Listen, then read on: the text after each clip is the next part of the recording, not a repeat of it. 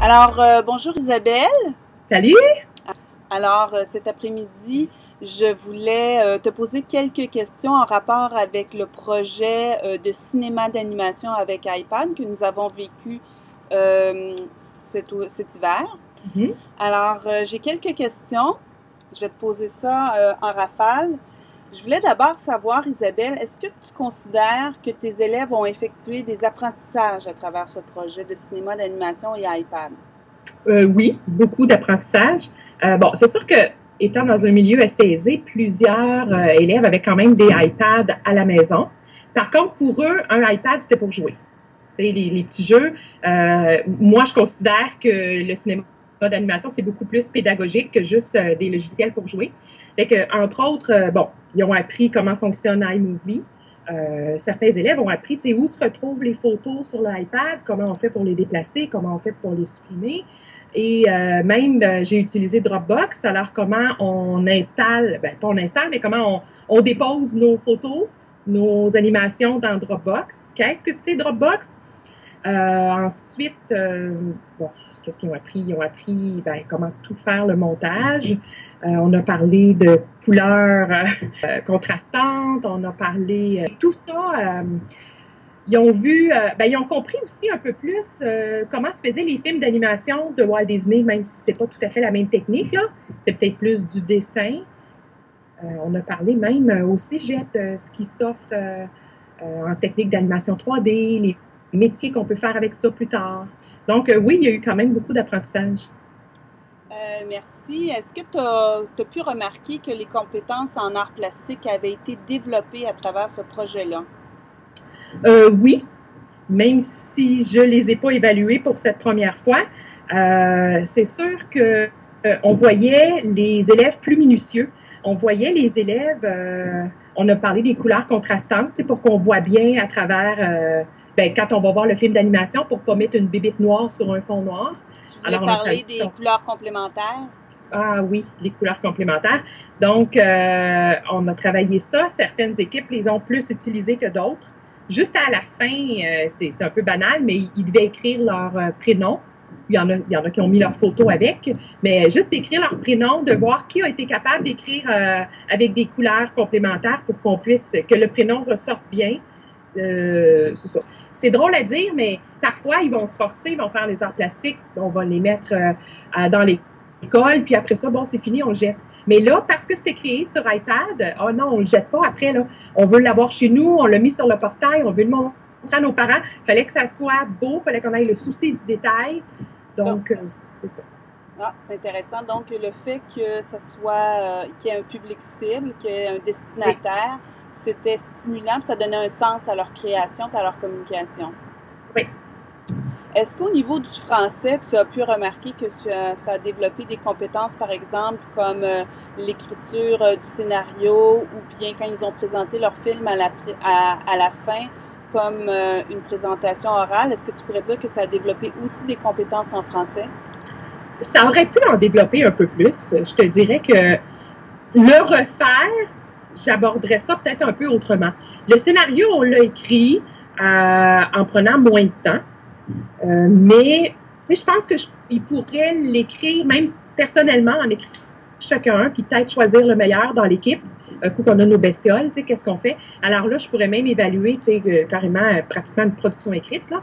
Et bon, après, c'est sûr que ça a quand même été travaillé, là, mais c'était peut-être plus minimal. C'était du travail d'équipe. Oui, on demandait quand même de corriger les fautes, on s'entraidait, mais il y avait vraiment hâte de passer à l'action du cinéma d'animation. Donc, ça a quand même été travaillé. Communiqué oralement, ils l'ont présenté un peu à la fin, mais peut-être le refaire, là, on pourrait peut-être même inviter les parents, venir voir en classe. Les enfants pourraient expliquer aux parents comment ils ont fonctionné, comment ça fonctionne l'iPad avec ce logiciel-là. Et tout ça, ça rentrerait dans le communiqué oralement aussi, encore plus que ce qu'on a fait cette année. C'est bon. Est-ce que tu as trouvé ça difficile au niveau de la gestion de classe, de travailler avec des iPads? Pas du tout. Pas du tout. Ça a été vraiment facile. C'était nouveau dans l'école. J'étais la première à les utiliser. vraiment, on a eu zéro problème. Les élèves, on leur met ça dans les mains, puis ils deviennent quasiment meilleurs que nous rapidement, là. Non, il n'y a pas eu de problème. Chaque équipe, il n'y a pas eu de niaisage non plus, là. Il y a eu des petits conflits, parfois dans une équipe où, admettons, il y avait un élève qui voulait un peu plus gérer que dans les autres équipes, disons, ou que les autres élèves. Mais sinon, il n'y a pas personne qui niaisait. Tout le monde travaillait, tout le monde s'affairait. La cloche de la récré sonnait. Il n'y a pas un chat qui voulait sortir dehors. Tout le monde voulait rester à l'intérieur pour continuer le projet. Donc, vraiment, ça a été génial. Pour ça, il n'y a aucun problème. Comment tu as trouvé l'utilisation de Dropbox pour justement sortir les projets du iPad, ce qui est souvent un défi? Oui, bien, vraiment sécurisant. Comme c'est des iPads pour l'école, j'avais peur qu'une autre classe l'emprunte et qu'un élève, par mégarde ou pour faire exprès, décide de jeter les photos ou de jeter les animations qui sont déjà faites. Alors, de créer le compte Dropbox, j'en avais déjà un, mais de le mettre sur l'iPad, de comprendre comment ça fonctionne sur l'iPad, après ça, c'est génial. Ce que je faisais, chaque équipe avait son iPad pour le projet. Il y avait, je pense, 7 équipes, 7 iPads.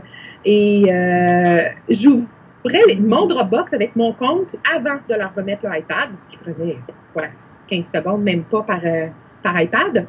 Et j'ai montré à une personne par équipe comment, à la fin du projet, avant le dîner, à la fin de l'avant-midi, finalement, comment aller déposer dans Dropbox. Fait que chaque équipe, ils se le sont montrés entre eux autres dans l'équipe après. Alors, chaque équipe déposait eux-mêmes dans Dropbox leur propre projet, dans leur dossier que j'avais déjà créé. Et à la fin, je leur avais montré aussi à fermer mon Dropbox. Puisque c'est des iPads au niveau de l'école, je ne pouvais pas laisser mon compte ouvert parce que n'importe qui aurait pu mettre des choses dessus. Fait que ça, je le referais quand même. C'est une petite étape de plus, mais qui n'est pas vraiment compliquée puisque c'est les élèves qui l'ont fait eux-mêmes. Très bien. Est-ce que tu pourrais envisager un prochain projet qui serait plutôt interdisciplinaire? Parce que ce projet d'expérimentation-là a été spécifiquement en arts plastiques. Est-ce que tu pourrais envisager quelque chose avec la science ou l'univers social une autre année? Oui, je te dirais que l'année prochaine, ce que j'aimerais faire, premièrement, j'aimerais faire le projet 2 fois. Bon, c'est sûr que je suis chanceuse, je vais avoir mes élèves pendant 2 ans. Une première fois, peut-être pour leur montrer comment fonctionne le logiciel, alors un peu en art plastique comme ça. On se trouve un petit scénario, on se creuse moins la tête par rapport au scénario. Mais j'aimerais faire quelque chose après ça en ECR. Une question éthique, je ne sais pas quoi encore, mais quelque chose qu'on pourrait faire en cinéma d'animation, une question éthique qu'on pourrait travailler puis qu'on pourrait peut-être présenter aux autres élèves de l'école, peut-être aux plus petits. Mais pas nécessairement sur la vie d'un personnage, ça pourrait se faire ça aussi, là.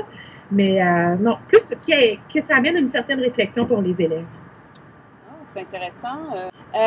Merci beaucoup, Isabelle. Est-ce que tu voudrais ajouter une petite phrase aux enseignants et aux enseignantes, aux conseillers pédagogiques qui réfléchissent en ce moment à savoir s'ils vont faire le pas vers une tablette tactile, qu'elle soit iPad, Windows Surface ou Android?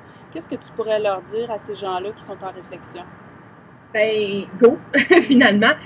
C'est super motivant pour les élèves. Mes élèves se sentaient vraiment privilégiés de les utiliser. Il y avait hâte.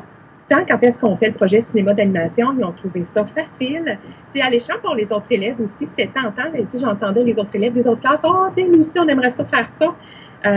C'est un nouveau matériel qui, je pense, vers l'avenir, on s'en va vers ça. Peut-être que dans une vingtaine d'années, chaque élève va arriver avec son propre iPad ou tablette tactile à l'école, là.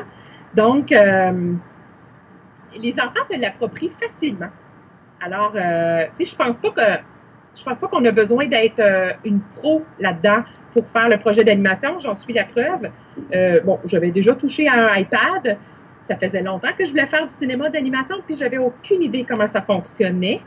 Et finalement, là, ça a super bien été. Et je te dirais même que j'ai des élèves qui ont tellement aimé ça, qui ont tellement appris ou compris, qui en ont refait à la maison avec leur propre tablette. Wow. Lancez-vous, puis ça n'en prend pas beaucoup, dans le fond. On les met en équipe de 3 ou de 4. On est en équipe de 4 dans la classe. qui était, je pense, l'idéal. Et donc, tu sais, 4, 5, 6 iPads peut-être. C'est tout, on n'a pas besoin de 30. Là. Bien, merci beaucoup, Isabelle. C'était vraiment intéressant. Alors, on se dit à l'année prochaine pour un autre projet. Oui, oui, j'ai hâte. Bye. Salut.